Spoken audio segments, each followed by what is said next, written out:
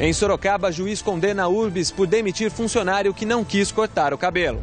O nível da represa que abastece o bairro do Éden em Sorocaba subiu, mas ainda preocupa. Cancelada a oitiva da CPI do SAI em Sorocaba, representante da empresa que seria ouvido entra com recurso para dar depoimento em Brasília.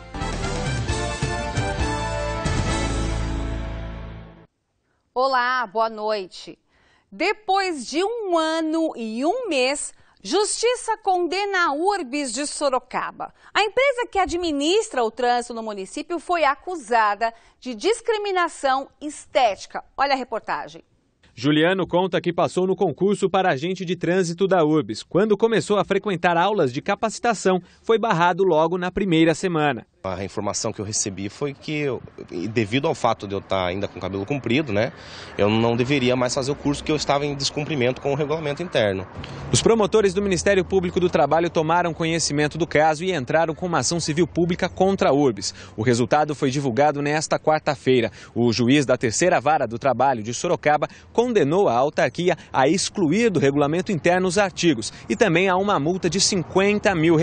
Esse dinheiro deve ser revertido para obras de assistência social. É o exemplo de justiça, Nós estamos galgando justiça, foi assim com a raça humana inteira, com negros, com mulheres, com deficientes físicos. Nós estamos sempre atrás de resistir ao poder. E quanto mais se restringe o poder, mais se emana direitos. Isso é uma conquista. A luta de Juliano ainda continua. Ele aguarda julgamento da ação por danos morais e a resposta do mandado de segurança para que volte a trabalhar na Urbis. O mandado de segurança, inclusive, foi julgado em segunda instância ao meu favor para voltar a trabalhar recentemente. Ainda cabe recurso da decisão, embora de regra não tenha efeito suspensivo. Em regra, eu deveria já voltar a trabalhar. Que absurdo, não? A nossa equipe entrou em contato com a Urbis de Sorocaba e, por meio de nota, fomos informados que existe um regulamento disciplinar dos agentes de trânsito que deve ser cumprido e a Urbis vai recorrer. 2 adolescentes, um de 16 e o outro de 17 anos, foram detidos, suspeitos por cometer uma série de roubos em Várzea Paulista. Segundo a Guarda Municipal, os jovens estavam próximos a uma escola no bairro Santa Terezinha. Na casa de um deles, os guardas encontraram armas usadas nos crimes e já na delegacia as vítimas reconheceram os dois. Os suspeitos aguardam transferência para a Fundação Casa. Um homem foi detido com 5 quilos de maconha durante fiscalização da Polícia Rodoviária de Itapetininga. A apreensão foi feita hoje pela manhã na rodovia Raposo Tavares, em frente à base da polícia. O suspeito estava em um ônibus que vinha do Paraná. Ele alegou que levava droga para Campinas. O suspeito vai ser encaminhado à DISE de Itapetininga e vai responder por tráfico de drogas. Também em Itapetininga, um homem foi preso com mais de meio quilo de droga na Vila Paulo Aires, próximo à PAI. A maconha e o crack estavam escondidos embaixo de uma geladeira. O suspeito, que já tinha passagem na polícia, foi encaminhado para o CDP de Capela do Alto.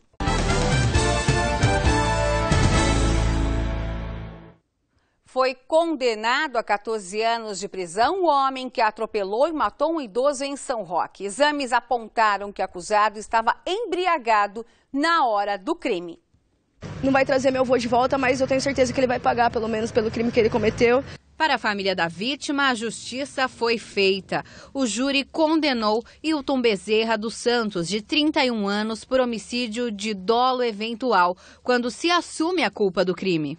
Durante 7 horas, os participantes ocuparam o salão do júri. Do lado direito, advogado de defesa. Na mesa, promotor, juiz e escrevente. E do lado esquerdo, 7 jurados foram sorteados para definir a sentença do réu. Durante o julgamento, 4 testemunhas foram ouvidas, 2 de acusação, a neta da vítima e o policial militar que atendeu à ocorrência e 2 de defesa, conhecidas da família do acusado. O réu também foi ouvido e disse não ter ingerido bebida alcoólica no dia do acidente e que atingiu o idoso pois se distraiu com o celular, o que contradiz o exame toxicológico que faz parte do inquérito policial. A defesa contesta esse laudo. A defesa nunca concordou que o réu estava literalmente embriagado e a defesa vai recorrer. A família que estava com camisetas com a foto do aposentado se emocionou ao relembrar o caso. Fomos pelo hospital com a esperança de voltar com o meu avô vivo. A gente saiu com ele dentro de um caixão. Acácio Almeida, de 81 anos, foi atropelado na calçada de casa em agosto do ano passado, na Vila Mica, em São Roque. Ele chegou a ser socorrido com vida, mas não resistiu e morreu no hospital. Hilton foi preso em flagrante no mesmo dia. De acordo com a ONG Não Foi Acidente, que acompanha julgamentos desse tipo, esse é o 10º caso no país em que o réu é condenado por matar alguém no trânsito. O que também chama a atenção é o acusado ter ido à júri popular. Nem sempre o acidente de trânsito vai levar a pessoa a responder pelo júri popular. Na grande maioria das vezes não vai acontecer isso. O que pesou na casa dele também? O desprezo que ele mostrou, a ausência de prestação de socorro, a forma como ele se portou. Então tudo isso é analisado dentro da primeira fase e levado a reconhecer o dolo eventual que foi reconhecido pelos jurados na data de hoje. A sentença deve servir de exemplo para todo o país. Mostra para o Brasil que nós temos que seguir as leis. O nosso problema de motoristas embriagados, nós estamos matando mais no trânsito do que uma guerra. Beber e dirigir não é mesmo acidente, não. É crime. O promotor deixou muito claro, ele é um assassino, e é um assassino. E todos que fazem isso, não é só como eu vou, espero que aconteça isso com todas as pessoas que cometam esse crime. Por que será que é tão difícil os motoristas entenderem que beber e dirigir não combina?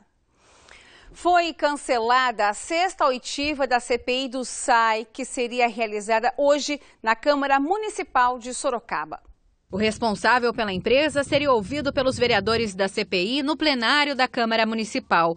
O aviso de que ele não iria depor foi enviado por um juiz do Distrito Federal. A CPI pediu na Justiça a convocação do representante da empresa, mas ele entrou com recurso para ser ouvido em Brasília.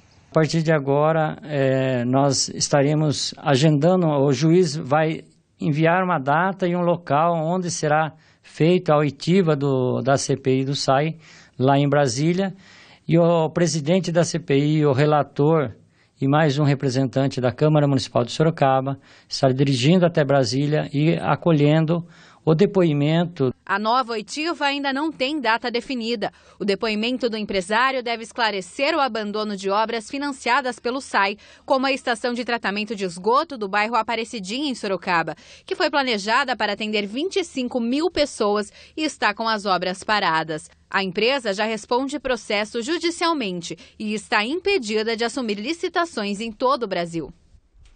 Um desmanche e uma autoescola foram lacrados e autuados hoje na Avenida Ipanema, em Sorocaba, durante a operação do Departamento Estadual de Trânsito, que teve a parceria com a Secretaria da Fazenda, policiais civil e militar, Guarda Civil Municipal e a fiscalização da Prefeitura de Sorocaba. Segundo a Guarda, 3 estabelecimentos foram fiscalizados e 2 lacrados. 3 homens ficaram feridos após desmoronamento de terra na zona rural de Itupeva. Segundo a Polícia Militar, 2 deles foram encaminhados ao pronto-socorro da cidade. Já o outro foi socorrido pelo helicóptero Águia e foi levado para um hospital de Jundiaí. Nenhum deles teve ferimentos graves. E 2 pessoas ficaram feridas após o carro cair em Ribanceira, no bairro Tijuco Preto, em Jundiaí. Segundo o Corpo de Bombeiros, o barranco tem aproximadamente 20 metros de altura. Motorista e passageiro tiveram ferimentos leves e foram encaminhados ao Hospital São Vicente de Paulo. Não se sabe ainda as causas do acidente.